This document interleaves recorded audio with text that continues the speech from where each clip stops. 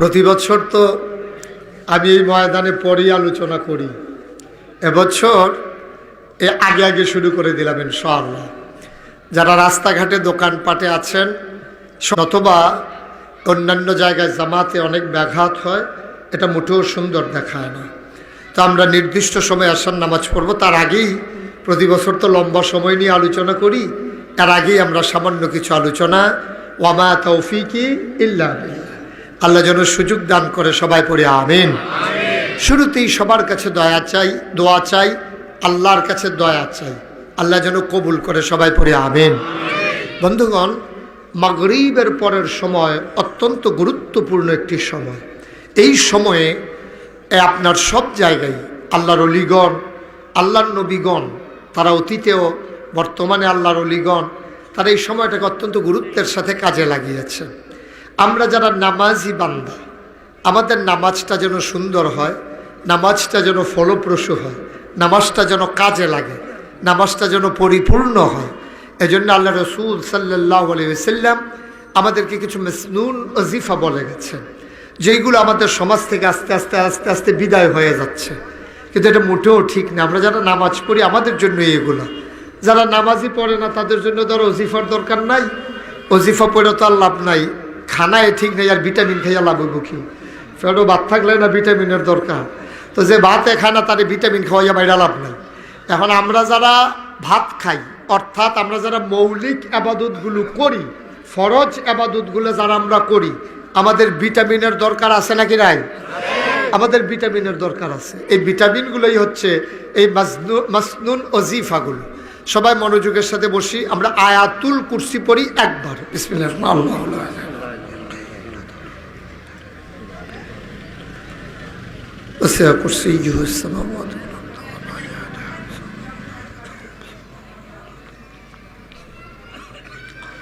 সুবহানাল্লাহ পড়ি আমরা 33 বার। সুবহানাল্লাহ, সুবহানাল্লাহ,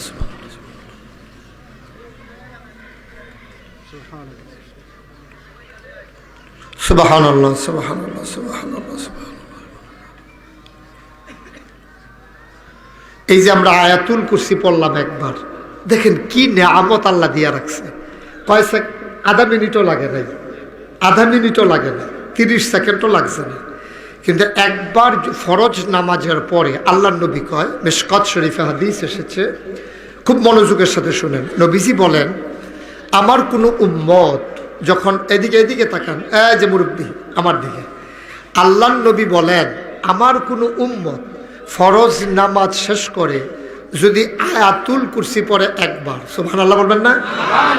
জোরে বলেন। কি পড়ে? একবার। তার মাঝে আর জান্নাতের মাঝে কোনো বাধা নাই। সুবহানাল্লাহ কয় না? একটা মাত্র বাধা আছে, ওই বাধাটার নাম হইল মৃত্যু। সুবহানাল্লাহ কয়।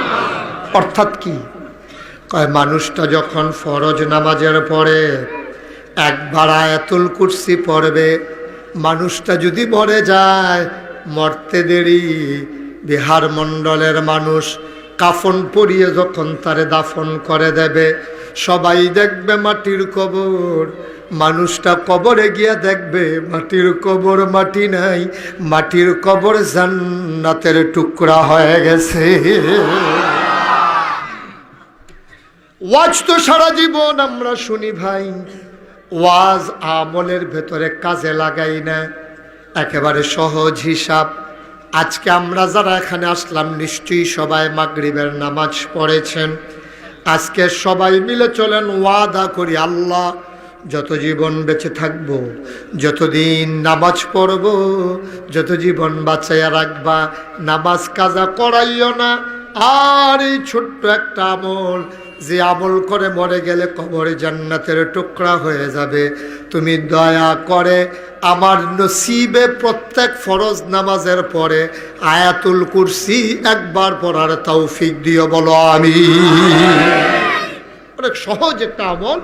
আমরা আজকে আমলই কিছু কথা শুনবো, যে আমলগুলো আমাদের খুব বেশি দরকার। 1 নম্বরে হলো আয়াতুল কুরসি। মনে থাকবে? কথা কেন মনে থাকবে ইনশাআল্লাহ। মুসলমান মন দিয়ে শুনো, আল্লাহর নবী মুহাম্মাদুর রাসূলুল্লাহ সাল্লাল্লাহু আলাইহি ওয়াসাল্লাম। নবীর নাম শুনলে কি পড়তে হয়? সবাই পড়তে হবে মুহাম্মাদুর রাসূলুল্লাহ। এটা কি শুধু মাহফিলে না, সব জায়গায়? সব জায়গায় নবীর নাম শুনলে পড়বেন সাল্লাল্লাহু আলাইহি ওয়াসাল্লাম। নবীজির আদরের কন্যা ফাতেমা, সুবহানাল্লাহ বলবেন না? নবীজির ছিল 4 মেয়ে। খুব মনোযোগের সাথে শুনেন। কয় মেয়ে? সবাই বলেন কয় মেয়ে? নবীজির 4 জন কন্যা সন্তান ছিল। এই 4 জন কন্যা সন্তানের ভিতরে জায়নব, রুকাইয়া, তারপরে ফাতেমা তো একজন আছি, জয়নব, রুকাইয়া, তারপরে ফাতেমা রাদিয়াল্লাহু তাআলা আনহা, আরেকজন কুলসুম। এই তো মাশাআল্লাহ, বলেন আলহামদুলিল্লাহ। এই 4 জন কন্যা সন্তান ছিল। এর ভিতরে হযরত উসমান রাদিয়াল্লাহু তাআলা আনহু, উনি 2 জন কন্যা সন্তানকে নবীজির বিয়ে করেছিলেন। প্রথম নবীজি আদর করে একজনকে বিয়ে দিছে, ওনার ইন্তেকালের পরে আবার আরেকজনকে নবীজি বিয়ে দিয়েছেন। সুবহানাল্লাহ বলবেন না? তো নবীজির আদরের সবচেয়ে বেশি আদরের কন্যা ছিল ফাতেমা। সুবহানাল্লাহ বলেন। এই ব্যাপারে অনেক কথা আছে। নবীজি যখন ইন্তেকালের পর্যায়ে চলে আসলেন, তার প্রচণ্ড মাথা ব্যথা হচ্ছিল, প্রচণ্ড জ্বর। মা ফাতেমা রাদিয়াল্লাহু তাআলা আনহা, উনি দৌড়ে দৌড়ে বাবার এই খবর শুনে গেলেন। যাওয়ার পরে গিয়া দেখে যে বাবা খুব অসুস্থ। এত আদরের কন্যা, আমি একটা কেতাবে পেয়েছি, হায়াতুস সাহাবা একটা কেতাব আছে, ওইটার ভিতরে আমি পড়েছি ফাতেমার জিন্দেগিতে, জীবনীতে, যে নবীজি যখন কোথাও যাইতেন সবার সাথে বইলা প্রথমে সবাইকে বলতেন, একবারে লাস্ট ঘরের তে বারণের সময় ফাতেমার সাথে বিদায় নিয়ে তারপরে যাইতেন। সুবহানাল্লাহ বলবেন? অর্থাৎ সবার শেষে মা ফাতেমা। আবার কোথাও যখন কোনো জায়গা থেকে যখন নবীজি আসতেন, আসার পরে কারুর সাথে দেখা না কইরা সর্বপ্রথম ফাতেমার সাথে দেখা করতেন। সুবহানাল্লাহ বলবেন? সবার আগে ফাতেমার সাথে দেখা করতেন। তো নবীজি যেটা আনতেন আদর করে মেয়েদের জন্য, আমাদের দেশে তো সব কিছু নষ্ট হয়ে গেছে। আপনি যদি ঢাকা যান, চিটাগং যান, অথবা কোনো কাজে যান, বেড়াইতে যান, আপনি আসার সময় যদি ছোট বাচ্চা থাকে অথবা নায়নাতকুর থাকে, আদব হচ্ছে, সুন্নত হচ্ছে, আপনি আসার সময় হয় 1 প্যাকেট বিস্কিট, নাইলে লজেন্স, নাইলে কিচ্ছু একটা নিয়ে আসবেন। সুবহানাল্লাহ বলবেন না? নবীজি এই আদবটা শিক্ষা দিয়েছেন। নবীজি যখন কোথাও সফর করে বাড়িতে আসতেন, আসার সময় কিচ্ছু না কিছু নিয়ে আসতেন, মেয়েদের জন্য, নায়নাতকুরের জন্য, সন্তানের জন্য, এই আহালের জন্য, পরিবার পরিজন, স্ত্রীদের জন্য কিছু জিনিসপত্র নিয়ে আসতেন।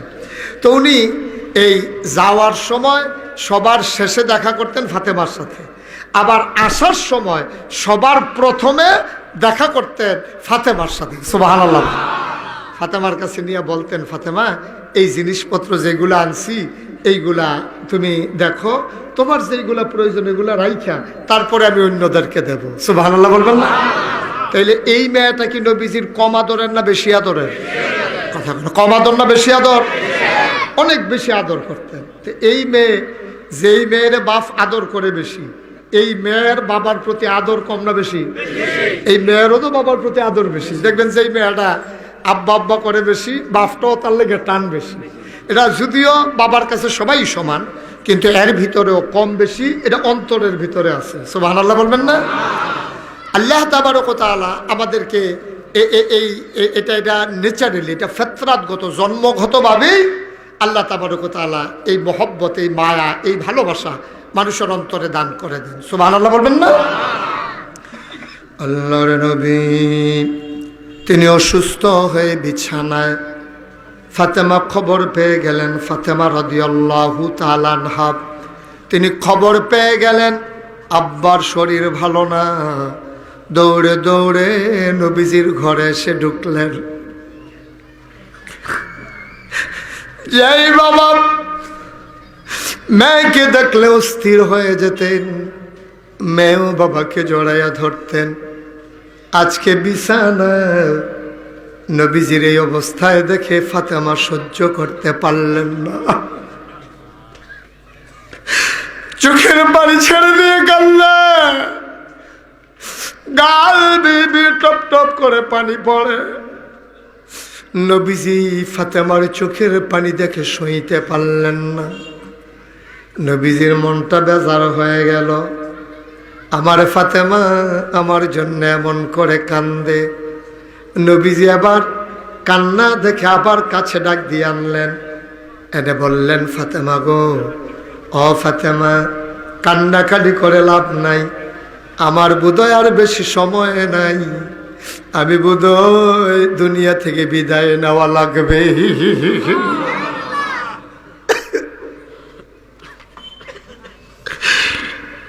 আল্লাহর নবী দুনিয়ায় থাকবেন না। এই কথা শোনার পরে ফাতেমার কান্না আরো বেড়ে গেল, তিনি অস্থির হয়ে গেলেন। নবী দেখলেন ফাতেমার কান্না বরদাস্ত করার মতো না, সহ্য করার মতো না। আবার নবীজি ফাতেমাকে আবার কাছে ডাকলেন, কানে কানে কি যেন বললেন। ফাতেমা মুচকি হেসে ধৈর্য ধারণ করলেন। সুবহানাল্লাহ কয় না? কান্নার মাঝে তিনি মুচকি হাসলেন। ও বিহার মণ্ডলের মুসলমান, মন দিয়ে শুনো, নবীজির যখন ইন্তেকাল হয়ে গেল, নবীর বিবিগণ ফাতেমা রাদিয়াল্লাহু তাআলা আনহাকে ধরলেন, বললেন, ফাতেমা, ও ফাতেমা, তোমারে দেখলাম কান্না করলা, আবার দেখলাম একটু পরে মুচকি হাসলা, কারণটা কি বুঝলাম না। ফাতেমা ডাক দেয়া কয়, ও আম্মারা, শুনেন শুনেন শুনেন, আমি নবীর অসুস্থতা দেখে যখন কাঁদতে শুরু করলাম, নবী যখন বললেন চলে যাবেন দুনিয়া থেকে, আমি যখন ওজোরে কাঁদতে শুরু করলাম, নবী আমার কানে কানে ডেকে কয়, ফাতেমা গো, ও ফাতেমা, কান্নার দরকার নাই, তুমি এমন করে অস্থির হও না। আমি নবীজি চলে যাব দুনিয়া থেকে, যাওয়ার পরে সর্বপ্রথম আমার পরিবার থেকে যেই মানুষটার, এই পরিবারের, আমার পরিবারের, আমার আহলে বাইত যারা, আমার যারা পরিবারের সদস্য, তাদের মাঝ থেকে সবার আগে আমি নবীর সাথে যাদের যার জান্নাতে দেখা হবে, ওই মানুষটা হইলা তুমি ফাতেমা।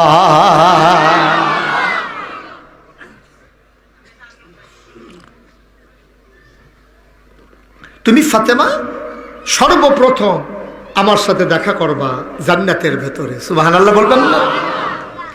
ফাতেমা হলো জান্নাতের খাতুনে জান্নাত। ফাতেমা জান্নাতের মহিলাদের সর্দারিনী হবেন ফাতেমা। আজকে আলোচনা যখন এসেছে সেই ব্যাপারেই কথা বলি। এই ফাতেমা রাদিয়াল্লাহু তাআলা আনহা বিয়ে হলো হযরত আলীর সাথে। সুবহানাল্লাহ বলবেন না? আলী ছিলেন অভাবী মানুষ, অত্যন্ত গরিব মানুষ ছিলেন আলী। কারণ আলী নবীজির ঘরে, আলীর আব্বা হযরত আবু তালেব, তিনিও ছিলেন অভাবী মানুষ, কোনো মতে চলছেন। সন্তান ছিল বেশি। আলী রাদিয়াল্লাহু তাআলা আনহু সামান্য যতটুকুন ছিল, এই আলীর হাতে যখন ফাতেমাকে উঠাই দেওয়া হলো, আহা কত সুন্দর কথা। আলী রাদিয়াল্লাহু তাআলা আনহুকে নবীজি ডেকে বললেন, আলী, বিয়ে তো হয়ে গেল, তুমি আসার নামাজ পড়ে তোমার ঘরে যাও, আমি আসতেছি। সুবহানাল্লাহ বলবেন না? ফাতেমা রাদিয়াল্লাহু তাআলা আনহাকে আলী রাদিয়াল্লাহু তাআলা একটা ভাড়া ঘরে, ছোট্ট একটা কামরায় নিয়ে ঢুকালেন। ছোট্ট একটা ঘর ছিল, ভাড়া ঘর। এই ভাড়া ঘরটার ভিতরে আলী রাদিয়াল্লাহু তাআলা আনহু যখন ঢুকলেন ফাতেমাকে নিয়ে, ফাতেমা কয়, আমি গিয়ে দেখলাম ঘরটার ভিতরে মাত্র 3-4টা জিনিস আছে। খুব খেয়াল করেন, ঘরটার ভিতরে আমাকে যখন ঘরে নেওয়া হলো, স্বামীর ঘরে গিয়ে দেখলাম মাত্র 3-4টা জিনিস আছে। গিয়ে দেখলাম চিকন একটা বিছানা, চিকন, এটার ভিতরে 2 জন শোয়া যাবে না, এরকম একটা বিছানা। আর গিয়ে দেখলাম বালিশ আছে একটা। সুবহানাল্লাহ বলবেন না? এখন আলীর ঘরে মানুষ কয়জন? আলীর ঘরে মানুষ কয়জন? বালিশ আছে কয়টা? আমি গিয়ে দেখলাম বালিশ একটা, আমরা মানুষ 2 জন, চিকন একটা বিছানা, 2 জন জায়গা হবে না। আর দেখলাম পানির একটা মশক আছে, চামড়ার পানির একটা ব্যাগ, আর একটা পেয়ালা আছে পানি খাওয়ার জন্য। আর দেখলাম একটা জাতা আছে, যেন আমি গম, জব এগুলো যেন পিষতে পারি। এই ছিল আলীর ঘরের সম্পদ। সুবহানাল্লাহ বলবেন না? বিহার মণ্ডলের আমার মায়েরা যারা শুনছেন, আমি মুশতাক ফয়েজি, আমি আপনাদের কাছের মানুষ, আমি আপনাদের পরিচিত মুখ। বলেন তো মা, আপনি যদি স্বামীর ঘরে একেবারে যে ভিখারিনী মহিলার সন্তান, তারেও যদি বিয়া দেয় আর গিয়া যদি দেখে এই অবস্থা, কেমনটা লাগবে তার? ফাতেমা রাদিয়াল্লাহু তাআলা আনহা খুব অস্থির হয়ে গেলেন। আব্বা, আমাকে আইন এত গরিব একটা মানুষের ঘরে বিয়ে দিল, আর আমার দুলাভাই যারা, আমার বড় বোন যারা, তারা উসমান তো সেরা ধনী ছিলেন, এরপরে এত বড় বড় মানুষ ছিল তারা, আর আমার আইনে দিল এত গরিবের ঘরে। ফাতেমার মন্ডার ভিতরে বড় অস্থিরতা। এশার নামাজ পড়ে আলী এবং মা ফাতেমা যখন বসে আছেন, এশার নামাজ পড়ে নবীজি তাদের ঘরের দরজায় এসে দাঁড়ালেন। দাঁড়াইয়া বললেন, দাঁড়াইয়া ডাক দিলেন, আসসালামু আলাইকুম। সুবহানাল্লাহ বলবেন না? এটা হচ্ছে আদব, এটা একটা আমল। আপনি যখন বাড়িতে যাবেন, বাড়িতে গিয়েই দরজায় দাঁড়াইয়া আপনি সালাম দিবেন, বলেন সুবহানাল্লাহ। এটা ঘরে ঢোকার আদব, ইসলামী তরিকা হচ্ছে ঘরে ঢোকার সালাম দেওয়া। আমাদের দেশে কিন্তু এই কাজটা আমরা করি না, ঠিক কিনা বলেন? না, নিজের স্ত্রীকে সালাম দেওয়া যাবে না বোধহয়, নাকি? ঘরের ভিতরে যদি খালিও থাকে আপনি সালাম দেবেন, কারণ ঘরের ভিতরে আল্লাহর রহমতের ফেরেশতারা আছে। সুবহানাল্লাহ। আপনি দরজায় দাঁড়িয়ে সালাম দেবেন। আজকে মাহফিলের পর থেকেই শুরু করবেন। আজকে পারবেন না? আমরা সবাই রাজি আছেন? সালাম দেবেন। কে কে লজ্জা লাগবে না দেখি একটু হাত উঠান তো দেখি। আল্লাহ জানে কি কারবার যে আপনারা করেন। আলহামদুলিল্লাহ বলেন। আমিও দেবো ইনশাল্লাহ, আপনারাও দেবেন। আমি সবসময় দেই। তারপরে আপনারাও আজকে থেকে ওয়াদা করেছেন দেবেন। আজকে, শুধু আজকে, কালকে থেকে আর দরকার নেই। যত জীবন বেঁচে থাকেন ঘরে ঢুকতে সালাম দিবেন নাকি দিবেন না? যেহেতু সব সময় দেন নাই, আজকে দিলে ঘরে দিয়ে একটু ভয় পাওয়ার কারণ আছে। যে ঠান্ডাটা তো বেশি পড়ছে, আবার আইসে গাছের তলে দিয়ে বাঁশঝাড়ের সিফা দিয়ে, যে এইরকম দিয়ে কোনো সময় যেই কাম না যদি এই কাম কি তারে কারবারটা কিতা, এটা একটা চিন্তা করতেই পারে। এই চিন্তা আজকে আমরা ভেঙে দেব, যেহেতু আমার মায়েরা বোনেরা ঘর থেকে কথাটা শুনতেছে, ঠিক কিনা বলেন? আজকে সালাম দিলে আর সমস্যা নাই। কি আমরা দুজন সমস্যা আছে? আজকে সালাম দিলে কোনো সমস্যা নাই। তারা তো রেডি হয়ে রয়েছে, কারণ আপনারা যে ওয়াদা করছেন আম্মারা ঘর থেকে শুনেন, তারা আইয়া কইলাম সালাম দিব, ডরাইয়েন না। এই ডরটা ভাঙাই দিলাম। আমিন কন। আমরা পারবো না এটা? আমরা সন্তানকে সালাম দেব, সন্তান আমাকে সালাম দেবে, কি মধুর সম্পর্ক। সুবহানাল্লাহ, সুবহানাল্লাহ। আল্লাহর নবী কয়, তার অহংকার কম, যেই মানুষটা সবার আগে সালাম দেয় সেই হইল অহংকারী, যেই মানুষটা সালামের জন্য অপেক্ষা করে। আমি নাগাইশের বিশ্বাস, আমি যদি মনে করি আমারে দেখলে আমি সালাম দেই কেমনে, তারা এনা থেকে দেওয়ানের লিগে রেডি হয়ে রয়েছে, না, এটা অহংকারের লক্ষণ না। আমি সালাম দিলে সমস্যা কি? সালাম তো দোয়া। সালাম দেবেন, আসসালামু আলাইকুম, আপনার উপরে শান্তি বর্ষিত হোক। তুমি আবার দোয়া করবে আমার জন্য, ওয়ালাইকুম আসসালাম। সুবহানাল্লাহ বলবেন না? যে মানুষটা আগে সালাম দিতে পারলো তার অহংকার কমে যায়। আজকে আমরা শুরু করব ঘরের দরজায় দাঁড়িয়ে সালাম দেব। আল্লাহ নবীজি হযরত আলী এবং ফাতেমা রাদিয়াল্লাহু তাআলা আনহার ঘরের দরজায় দাঁড়িয়ে সালাম দিলেন। সুবহানাল্লাহ। সালামের জবাব শুনে তারা সালাম শুনে বুঝতে পারলেন এটা আমার নবীর কণ্ঠ। ও মুসলমান, এবার নবীজি এবার সালাম পাওয়ার, উত্তর পাওয়ার পরে নবীজি অনুমতি চাইলেন, আলী রে, ও ফাতেমা, আমি কি ঘরে ঢুকবো? সুবহানাল্লাহ বলবেন না? কি আদব, কি সৌন্দর্য, কি সৌন্দর্য ইসলামের। তারা স্বামী স্ত্রী ঘরের ভিতরে আছে, কি অবস্থা আছে আমরা জানি না, সুতরাং অনুমতি ঢুকায় নিয়েই আদব। আমরা তো ছেলের ঘরে ঢুকতে অনুমতি নেই না, না নিবেন। আপনার ওয়াইফ কি অবস্থায় আছে জানেন না, অনেক কথা মনে পড়ে যেতেছে, বলে ফেলবো নাকি? নবীজি যখন একদিন কইছে যে তোমরা অনুমতি ছাড়া কারো ঘরে ঢুকবা না, তো একজন সাহাবা কই, ইয়া রাসূলুল্লাহ, আমার আম্মা যেখানে থাকে আমি কি সেখানে অনুমতি নিয়ে ঢুকা লাগবে? সুবহানাল্লাহ বলবেন না? কইছে হ্যাঁ, তোমার আম্মার ঘরেও তুমি অনুমতি নিয়ে ঢুকবা। কই, ইয়া রাসূলুল্লাহ, আমার তো মা, সেখানে অনুমতি লাগবে? আমার মা তো। হ্যাঁ, তোমার মারও অনুমতি লাগবে। সাহাবা বলতেছে, ইয়া রাসূলুল্লাহ, আমার আপন মা, আমার আপন মা, আমার জন্ম দেওয়া মা, সেখানে ঢুকতে অনুমতি লাগবে? নবীজি আবার একটু রাগ হলেন, ডাক দিয়া বলতে, ও সাহাবা, তুমি কি চাও তোমার মাকে উলঙ্গ দেখতে? সাহাবা চমকে উঠলেন, আসলে এটা কি বলেন? আমি আমার মাকে উলঙ্গ দেখতে যাব কেন? কয়, যদি নাই হয়, মনে করো তোমার মা ঘুমিয়ে আছে, তুমি অনুমতি ছাড়া ঘরে ঢুকলা, ঘুমের ঘোরে তোমার মায়ের বুকের কাপড়টা সরে আছে। সুবহানাল্লাহ। ঘুমের মাঝে মনে করো তোমার মায়ের বুকের কাপড়টা সরে গেল, হাঁটুর উপরে কাপড়টা উঠে গেল, তোমার মা তো ঘুমের ভেতরে। আন্নাও মুনিসফুল মাউত, ঘুমটা হইল মৃত্যুর অর্ধেক। তোমার মা মরার মতো ঘুমায়, উপর কাপড়টা উপরে উঠে গেছে, বুকের কাপড়টা সরে গেছে। তুমি যদি অনুমতি না নিয়ে ঢুকো, আর তুমি তোমার মাকে যদি আমার অবস্থায় দেখো, তুমিও লজ্জা পাবা, তোমার মাও লজ্জা পাবে।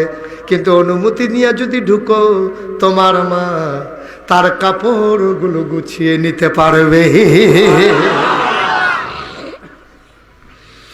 মুসলমান মন দিয়ে শুনো, আল্লাহর নবী অনুমতি নিলেন, ফাতেমা গো ও আলী, আমি কি তোমাদের ঘরে ঢুকবো? ইয়া রাসূলুল্লাহ, গোস্তাকে মাফ কর দিজিয়ে, বেয়াদবি মাফ করবেন, আপনি চলে আসেন। নবীজি ঢুকলেন, মাথাটা নিচু করে, দরজাটা ছিল একটু খাটো দরজা, দরজা নিচু করে নবী ঢুকলেন। বন্ধুগণ, নবী ঢোকার পরে ফাতেমা লজ্জিত হয়ে গেলেন, আব্বাকে বসতে দেবো কই?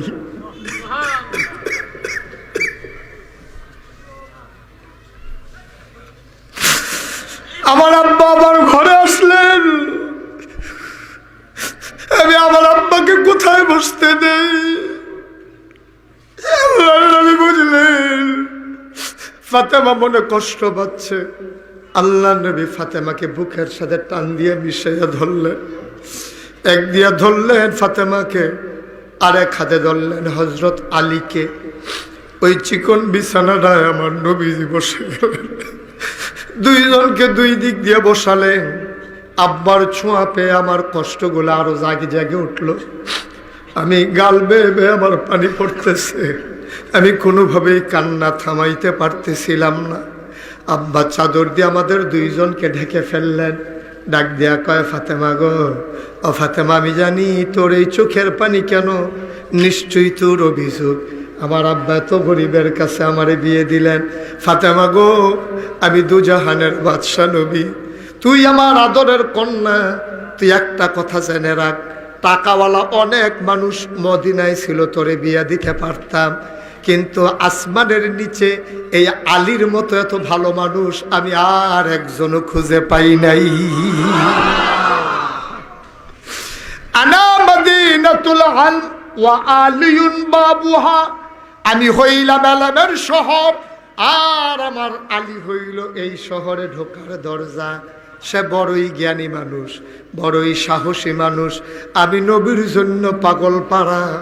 আমার বিশ্বাস বড় লোকের কাছে তোরে যদি দিতাম, আলী তোরে যেমনে আদর করে রাখবে, এমন আদর তুই নাও পাইতে পারস। আমি দোয়া করে দিয়ে যাই, ফাতেমা, এই ঘরটার ভিতরে সম্পদের অভাব, কিন্তু আলীর ঘরে কোনোদিন তোর সুখের অভাব হবে না।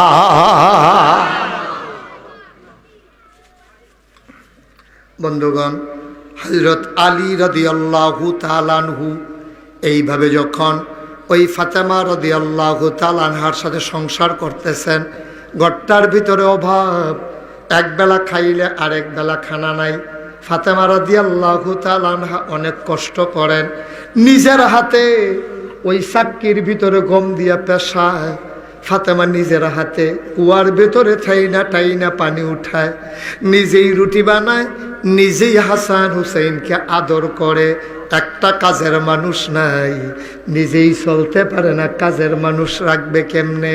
ফাতেমা রাদিয়াল্লাহু তাআলা আনহা কয়, আলী, ও আলী, একটা কাজ করেন, চলেন আমার নবীজির কাছে যাই। কয়, গিয়া কি বলবা? গিয়া বলবো আমার আব্বা যেন আমার একটা কাজের মানুষ দেয়, আমারে যেন একটু সহযোগিতা করে, একটা কাজের লোক যদি দেয়, তাইলে এই কাজের লোকটা আমারে সাহায্য করবে, গমগুলা পেশে দেবে, কুয়া থেকে পানি উঠাই দেবে। আমি চিন্তা করতেছি একটা কাজের লোক হলে ভালো হয়। কয়, চলো যাই আমার নবীজির কাছে, তুমি তো বড় আদরের কন্যা, তুমি বললে নবী ফেরত দেবে না। ইমাম হাসান হুসেনকে কুলে নিয়ে, হযরত আলীকে নিয়ে ফাতেমা নবীর দরবারে হাজির হয়ে গেলেন। আসসালাতু ওয়াসসালামু আলাইকা ইয়া রাসূলুল্লাহ। নবীকে গিয়ে সালাম দিলেন। নবী বললেন, ওয়ালাইকুম আসসালাম। আমার আদরের কন্যা ফাতেমা বসো। হাসান হুসেন নানার কুলে বসে গেলেন, কাঁধে চড়ে গেলেন। ফাতেমা রাদিয়াল্লাহু তাআলা আনহা চুপ করে দাঁড়িয়ে রইলেন। ওনার এমন মনের অবস্থা, ফাতেমা রাদিয়াল্লাহু আজকে কিছু বলতে পারলেন না। মনটা ওনার খারাপ হয়ে গেল যে আব্বার যেই অবস্থা, চেহারাটা কেমন যেন মলিন, মনে হয় খুব রাগান্বিত হয়ে আছেন, আমি আর আজকে বলবো না। ফাতেমা রাদিয়াল্লাহু তাআলা চলে আসলেন, আবার গেলেন। আবার যাওয়ার পরে নবীজি বলতেছে, ফাতেমা কেন আসছিলা?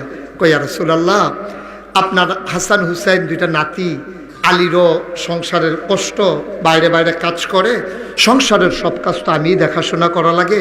নবী গো, আপনি, আমি আদরের কন্যা, আমি তো কোনো সময় কিচ্ছু চাই নাই, আপনি কষ্ট নিয়েন না মনে, চাইতে চাই নাই। তারপরে আমি দয়া করে, আমি একটু কষ্ট হচ্ছে বেশি, হাতে ফুসকা পড়ে গেছে, যাতা চালাইতে চালাইতে, বালতি টানতে টানতে আমার হাতে ব্যথা হয়ে গেছে। নবী আপনি দয়া করে আমাকে যদি একটা কাজের ছেলে দিতেন, অথবা কাজের মেয়ে, একটা গোলাম যদি দিতেন, তাহলে আমার বড় উপকার হইতো। নবীজি চোখের পানি ছেড়ে দিলেন। সুবহানাল্লাহ বলবেন না? আল্লাহর নবী ফাতেমা রাদিয়াল্লাহু তাআলা আনহাকে ডেকে কয়, ও ফাতেমা, ফাতেমা গো, তুই আমার আদরের কন্যা, তোরে যদি একটা কাজের লোক দেই তাইলে তোর উপকার হবে, এর চাইতে বড় একটা উপকার যদি করে দেই তোর চলবে কিনা?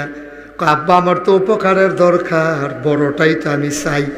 কয় কাজের লোক তোর যে উপকার করবে এর চাইতে বড় উপকারের ব্যবস্থা আমি করে দিচ্ছি। কয় কি উপকার করে দেবেন আব্বা? কয় ফরজ নামাজের পরে তুই সুবহানাল্লাহ পড়বি 33 বার, আলহামদুলিল্লাহ পড়বি 33 বার, আল্লাহু আকবার পড়বি 34 বার।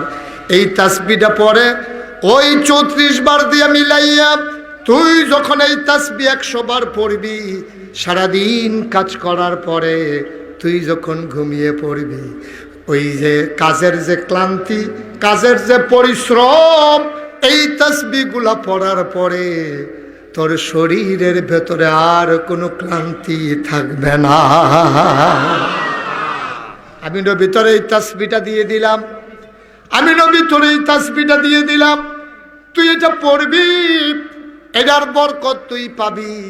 ফাতেমা রাদিয়াল্লাহু তাআলা আনহা ডেকে কয়, আমি নবী আপনাকে সাক্ষী রেখে বলি, যদি আমার এই তাসবিহটা, আমি তো পড়বই, দুনিয়ার ভেতরে আপনার যে উম্মতেরা পড়বে তাদের জন্য আমার দলভুক্ত যেন তারা হয়ে যায়, আপনি দোয়া করে দেন। আল্লাহর নবী দোয়া করে দিলেন। ভাইয়েরা আমার, সুতরাং আজকে থেকে 5 ওয়াক্ত নামাজের পরে আমরা আয়াতুল কুরসি পড়ব একবার, সুবহানাল্লাহ 33 বার, আলহামদুলিল্লাহ 33 বার, আল্লাহু আকবার পড়ব 34 বার। বলো সুবহানাল্লাহ। দেখি খুব কঠিন কাজ, কঠিন কাজ। ওয়াজ শুনে কি করবেন যদি আমলে পরিণত করতে না পারি? আমরা এই তাসবিহটা পড়ব, সুবহানাল্লাহ সুবহানাল্লাহ সুবহানাল্লাহ। কয় সেকেন্ড লাগে? কয় সেকেন্ড লাগে? 33 বার। আমরা যেন এটা পড়তে পারি, আল্লাহ যেন কবুল করে। সবাই পড়ে আমিন। পড়েন সবাই, সুবহানাল্লাহ সুবহানাল্লাহ সুবহানাল্লাহ সুবহানাল্লাহ সুবহানাল্লাহ।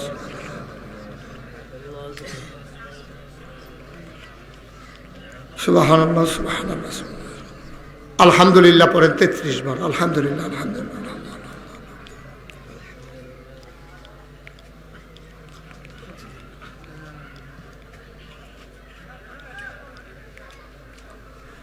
আল্লাহু আকবার 34 বার, আল্লাহু আকবার।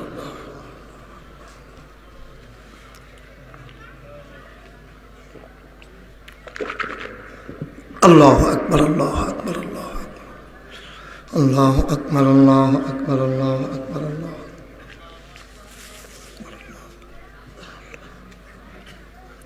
পড়েন আলহামদুলিল্লাহ। একেবারে সহজ সহজ আমল আমাদের সামনে পড়ে আছে, আমরা এগুলো বুঝি না, ওজন বুঝি না, এইগুলো আমরা আদায় করবেন ইনশাআল্লাহ। আল্লাহ যেন কবুল করে। সবাই পড়েন আমিন। যেই কথাটুকুন বলতেছিলাম, চাইবেন কার কাছে? কথা কয় না, কার কাছে? আল্লাহর কাছে চাইবেন। আল্লাহ বলছেন উদউনি আস্তাজিব লাকুম, বান্দা তুই চা, চাইতে দেরি আমি আল্লাহ দিতে দেরি করি না। সুবহানাল্লাহ বলবেন না? আপনি শুধু চাইবেন, দেবে আল্লাহ। সুবহানাল্লাহ বলেন। আল্লাহ কয় উদউনি আস্তাজিব লাকুম, বান্দারে তুই চা, চাইতে দেরি রে আমি আল্লাহ দিতে দেরি করি না। ফাতেমা রাদিয়াল্লাহু তাআলা আনহা তিনি ঘরে চলে গেলেন। ঘরটার ভেতরে অভাব, আজকে 2 দিন হয়ে গেছে চুলায় আগুন জ্বলে না। ও বিহার মন্ডলের মায়েরা, মন দিয়ে শুনো গো মা, এই দেশে ইসলাম এত সহজে আসে নাই, অনেক কষ্টের বিনিময়ে ইসলাম এসেছে। মুসলমান, এই দেশের ভেতরে হিন্দু জনসংখ্যা ছিল বেশি। সেই ইয়ামেন থেকে শাহজালাল ইয়ামেনি রহমাতুল্লাহ আলাই ওই সিলেটের জমিন দিয়ে ঢুকলেন। সেই পবিত্র সিলেট নগরীতে ওই মানুষগুলোকে আপনার মুসলমান তারা দেখে দেখে শাহজালাল ইয়ামেনি রহমাতুল্লাহ আলাই, শাহপরান ইয়ামেনি রহমাতুল্লাহ আলাই ওই সিলেটের মানুষগুলার সংস্পর্শে মানুষগুলাকে ওই শাহজালাল ইয়ামেনি আর শাহপরান ইয়ামেনি রহমাতুল্লাহ আলাই ওনারা সোনার মানুষে পরিণত করে দিলেন। বলো সুবহানাল্লাহ। সেই ধাক্কা, সেই জোয়ার গোটা বাংলাদেশে ছড়িয়ে পড়ল, মানুষগুলো হয়ে গেল সোনার মানুষ। আমি সালমান, মন দিয়ে শোনো, মন দিয়ে শোনো রে ভাই, অনেক কষ্টের ইসলাম, অনেক কষ্টের ইসলাম বাংলাদেশে এসেছে। অনেক মানুষ ইসলামের জন্য জীবন দিয়েছে, অনেক মানুষ কলিজা কাটা ওই রক্ত দিয়ে ইসলামকে আমাদের দেশে নিয়ে এসেছেন। হযরত আলী রাদিয়াল্লাহু তাআলা আনহুর ঘরে যখন চুলায় আগুন জ্বলে না, ফাতেমা রাদিয়াল্লাহু তাআলা আনহা তিনি গম্ভীর হয়ে গেলেন। ইমাম হাসান হুসাইন খাবারের অভাবে কান্দে। আল্লাহর নবী আল্লাহর নবীর দরবারে যাবেন ভাবতেছেন, নিয়ে গেলেন দরবারে। নবীজি ডাক দেয়া কয়, ফাতেমা গো, তোমার ঘরে খাবার নাই। পাঞ্জাবিটা উল্টিয়ে দেখিয়ে দিলেন, নবীর পেটের ভেতরে খিদার জ্বালায় নবী পাথর বেঁধে রেখেছে। ফাতেমা ফিরে আসলেন। ওনার আব্বা ওনাকে বিয়ের সময় একটা চাদর উপহার দিয়েছিলেন। চাদরটা অনেক দামি একটা চাদর ছিল, যত্ন করে চাদরটা রেখে দিলেন। এই চাদরটা যত্ন করে রেখে তিনি সংসার চালাইতেছিলেন। ঘরে যখন কোনোভাবেই খাবার নাই, আবার ফাতেমা রাদিয়াল্লাহু তাআলা আনহা ওই চাদরটাকে বের করলেন। বের করে হযরত আলী রাদিয়াল্লাহু তাআলা আনহুর হাতে দিলেন। চোখের পানি গড়াইয়া গড়াইয়া পড়তেছে। ডাক দেয়া কয়, আলী রে, ঘরের ভেতরে অভাব, কোনো খাবার নাই, এই নাও চাদর, এই চাদরটা মদিনার বাজারে বিক্রি করো। বিক্রি করার পরে যা পাও এটা দিয়ে কিছু টাকা আর কিছু খাবার নিয়ে আসো। আলী খুব ইতস্ত করলেন যে নবীর স্মৃতি, এত সুন্দর একটা চাদর ফাতেমা তোমার আব্বা তোমারে দিছে, আর আজকে আমি পুরুষ হইয়া আমার স্ত্রীর জিনিসটা নিয়ে বাজারে বিক্রি করব, এটা আমার কাছে মোটেও সুন্দর লাগে না। ফাতেমা এটা রেখে দাও, আমি দেখি কোনো কাজ পাই কিনা। ফাতেমা রাদিয়াল্লাহু তাআলা আনহা বললেন, আলী, সংসারটা কি আপনার একা, আমার না? সুবহানাল্লাহ বলবেন না? সংসারটা আপনারও আমারও, স্বামী স্ত্রী দুইজন মিলেই তো সংসার। হুন্না লিবাসুল লাকুম ওয়া আনতুম লিবাসুন লাহুন্না। আল্লাহ কোরআনে বলেছেন, এই মহিলারা হইল পুরুষ তোমাদের গায়ের পোশাকের মতো। ও পুরুষেরা, তোমরা হইলে মহিলার গায়ের পোশাকের মতো। তোমরা দুজন মিলেই দাম্পত্য জীবন, দুইজন মিলেই সুখের সংসার। সুতরাং শুধু স্বামীর না, শুধু স্ত্রীর না, আমাদের দেশে যত অভাব হোক, দেখবেন মহিলারা তাদের অলংকার বের করতে চায় না। ঠিক কিনা বলেন? ছেলে বিদেশ পাঠাইতে পারে না, লোকটা একেবারে হন্য হন্য হয়ে ঘুরতেছে, সারাটা এলাকায় বেড়ায়, এমন কোনো মানুষের কাছে নাই। টেহার লেগে গেছে না, এবারের মতো দামি মানুষটা বিষাইয়া পড়ছে, টিকেট ওকে হয়ে গেছে, এখন তার বিদেশ পাঠান দরকার, সামান্য কয়টা টেহার লেগে আটকাই গেছে গা। এবারে সারাটা এলাকা ঘুরছে, ইসমাইল আমাদের ইঞ্জিনিয়ার সাহেবের কাছেও আইছে, ওই কুদ্দুস নম্বরের কাছে গেছে, যত জায়গায় চিনা জানা আছে সবার কাছে ঘুরে ঘুরে ঘুরে ঘুরে কইছে, ভাই ও কয়টা দিনের লেগে তেফা আড়াইলে দিয়ালা, তেফা আড়াইতে দেরি হইলে আমি অন্য লাইন করাম, তারপর আমার শরম দিয়েন না। আমি ওকে আটকাই গেছি গিয়ে 2.5 লাখ টাকা 3 লাখ টাকা খরচ করে লাইছি, ওকে বিপদ ফেরা যাই। এবিডি সব হুনতে আছে, এবিডির গলার মালাটা বেচালাইলে এখন 50,000 টাকা আইয়া পড়ে। এবিডি একবারও শ্বাসটাও হালায় না যে এটা তো আছে বেচালার না, এই কথাটা মুহে দিয়ে আইয়া না। ঠিক কিনা কর? সকলে এইরকম তা না, অনেকে আবার আগ্রহ করে আগাইয়া। সিলেটবাসীর প্রতি অনুরোধ দিয়ে, হেডলাইন দিয়ে এটাকে দিয়ে দেবেন ইনশাআল্লাহ। এটা আপনাদের কাছে আমার অনুরোধ, এটা দয়া করে অবশ্যই করবেন। এটা আমি তাদের সাথে কমিটেড, আমি বলেছি আমি আজকেই বলবো ইনশাআল্লাহ। আল্লাহ যেন কবুল করে, সবাই পড়ে আমিন। আল্লাহ তাবারক ওয়া তাআলা আমাদেরকে কবুল করুক। আমরা শোনার মানুষ হই। আমি তো সবসময় লম্বা সময় নিয়ে আলোচনা করি। আজকে এখানে আমরা আসলাম, আমার আবার আরেক জায়গায় একটু যাওয়া লাগবে। আমার এক দরবারের ভক্ত মুরিদের বাড়িতে একটা মাহফিল, আমি ওখানে আবার যাওয়া লাগবে। এই জন্য মাগরিবের পরেই আমি চেষ্টা করেছি আপনাদের সামনে কথা শেষ করার জন্যে। যেহেতু এখন এশার আজান হবে 7টায়, 7:15 জামাত হবে। আপনারা একজন লোক, যেই 2জন বক্তা এখানে দাওয়াত করা হয়েছে, অত্যন্ত উঁচু মানের আলেম, অনেক বড় মাপের আলেম। তো আমরা সবাই মিলে ওনাদের কথা শুনবো। মাগরিবের পরে কিছু ওজিফা আদায় করলাম, আরেকটা ওজিফা আদায় করি আমরা। ইস্তেগফার পড়ি 7 বার। আস্তাগফিরুল্লাহ পড়েন। আস্তাগফিরুল্লাহ রাব্বি মিন কুল্লি যামবি ওয়া আতুবু ইলাইহি। লা হাওলা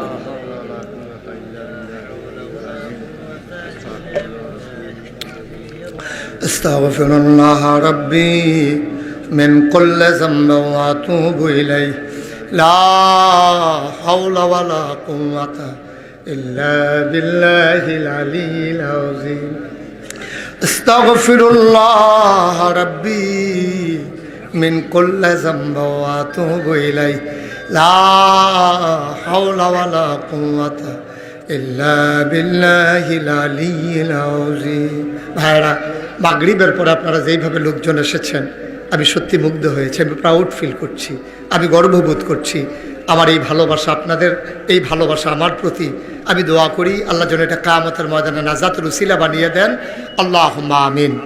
দেখা লাগবে না, প্যান্ডেলে আর জায়গা নাই, দেখতে লাভ নাই। নাকুনান্না মিনাল খাসিরিন। রাব্বানা আতিনা ফিদ দুনিয়া হাসানাতাও ওয়া ফিল আখিরাতি হাসানাতাও ওয়া কিনা আযাবান নার।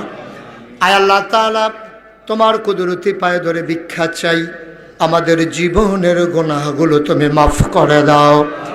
এই জীবনে আমরা আর গুনাহ করব না।